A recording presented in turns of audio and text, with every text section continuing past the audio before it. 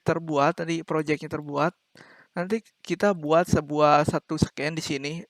Nah, dengan node yang kontrol kita buat. Setelah kita buat, kemudian node tersebut kita rename namanya menjadi Lunilib.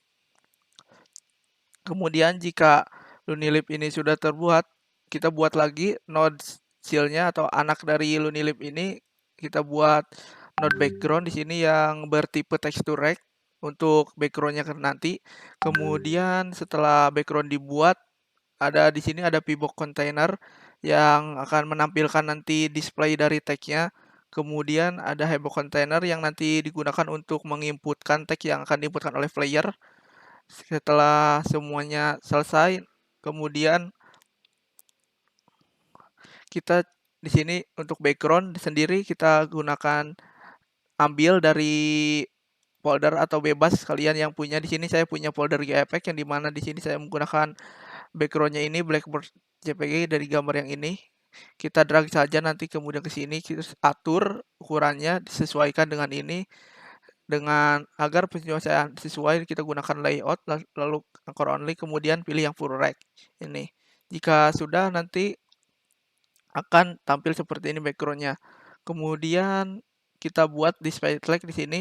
Nah, untuk display tag ini sendiri kita buat dengan node dari tipe label, kemudian kita buat ini setting-setting dengan Allegiant Center, paling center, kemudian di sini kita posisinya bagaimana, berapa ukurannya di Y atau X-nya terserah. Kemudian untuk margin juga terserah. Kemudian untuk pemilihan font ini kita ke custom font. Di sini nanti kita akan memilih ada dynamic di sini. Nah, nanti kita pilih yang new dynamic font. Ketika diklik new dynamic font nanti akan tampil ketika kita klik lagi di sini setelah klik new dynamic font, kemudian kita klik yang di sini nanti akan keluar menu setting di sini. Kita tinggal atur di sini size dari fontnya akan seberapa besar. Di sini saya setting 40. Kemudian di sini untuk font datanya sendiri kita bisa memilih bebas dari yang kita punya dengan bisa download dari Google atau mencari gimana terserah Anda. Kemudian di sini saya sudah menyiapkan, di sini ada pad pen yang ini untuk format dari fontnya. Kita nanti kemudian kita misalnya drag ke sini nanti akan masuk font datanya yaitu pad pen. Kemudian nanti akan berubah tampilan fontnya jadi seperti ini.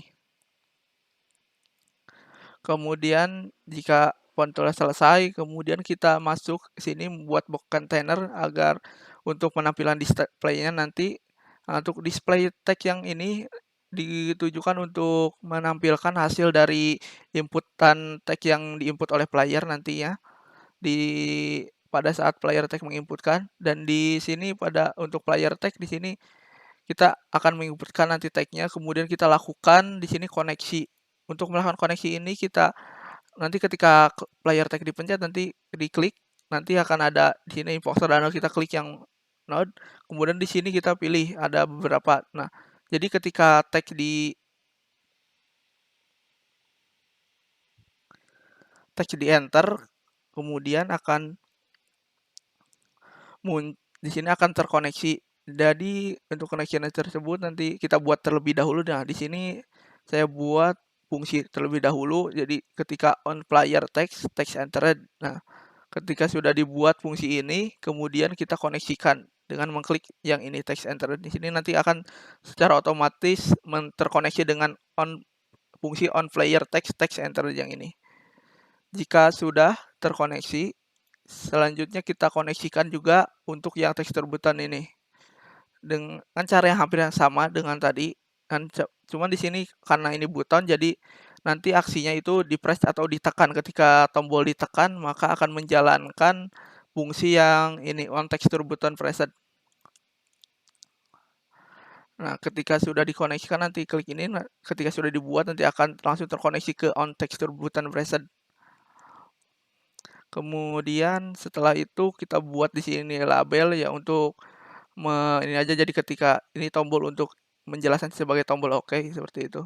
Kemudian jika sudah, kita lihat scriptnya terlebih dahulu. Nah, di sini nanti akan muncul scriptnya ketika Nambahan script di sini untuk pada saat lonely live kita tambahan script, nanti muncul script di sini. Jadi ketika yang pertama di sini ada variabel player word. Variabel player word ini ditujukan sebagai penampung nanti ketika si player menginputkan inputan teksnya. Dan di sini sudah kita siapkan story-nya nanti. Kemudian di sini juga ada prompt yang nanti kita akan diinput oleh player. Ada yang akan diinput oleh player, ada nama, kata benda, kata keterangan, dan angka nanti ya. Nah, ketika nama, kata benda, kata keterangan, dan angka ini dimasukkan, nanti akan masuk ke ini yang SS ini. Kemudian jika sudah, nah di sini kita menggunakan variabel kembali di sini player tag. Jadi variabel yang di set di sini itu termasuknya dengan variabel global. Jadi ketika kita memasukkan variabel yang di sini ke beberapa fungsi yang berbeda masih bisa terbaca karena eh, ininya global, tidak publik itu. Kecuali ketika kita masukkan misalnya variabel from ini di fungsi ready misalnya. Itu akan menjadi variabel publik. Jadi ketika misalnya ada variabel from ada di variabel ready, ketika kita mau menginputkan di sini variabel from di sini akan error. Jadi kita set di sini sebagai variabel global. Kemudian untuk fungsi ready sendiri di sini jadi di sini ada mencek player word panjang dari player word range. Kemudian untuk on player tag enter, jadi nanti ketika kita menginputkan si teksnya, ketika di enter maka akan ter-add itu atau tertambahkan ke story-nya atau ke sini. Kemudian di sini ada tekstur button, jadi ketika di sini ada proses if else, jadi ketika story ini selesai maka game akan selesai, tetapi ketika masih belum selesai story-nya maka si teks yang diinput oleh player akan terus tersimpan. Kemudian di sini ini ada to player word ini adalah ketika player menginputkan kata-katanya.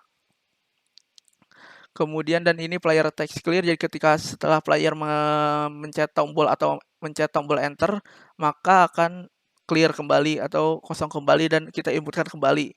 Kemudian untuk yang fungsi story down, ketika player menginput maka di sini ada size ukuran dari si story itu sendiri. Jadi ketika size-nya sudah memenuhi array yang di sini kan sebanyak 4. Jika sudah 4 maka story itu akan selesai gitu.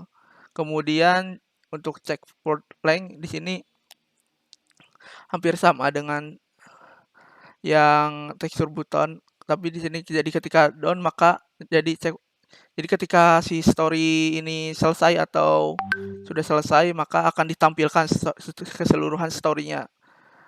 Nah, ketika misalnya belum selesai maka player harus tetap mengisikan di sini.